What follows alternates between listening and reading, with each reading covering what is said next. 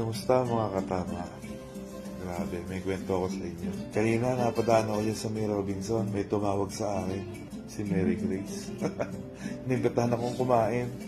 Siyempre ako, basta pagkain, hindi naman ako tumatanggi. Ang masarapan lang doon, sinubuan niya ako. What?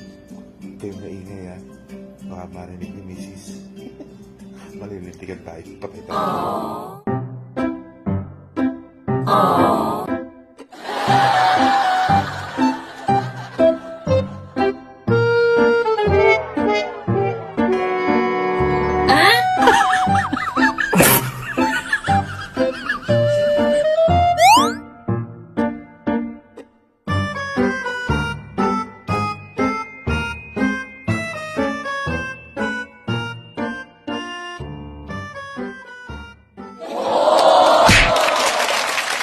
Joke lang.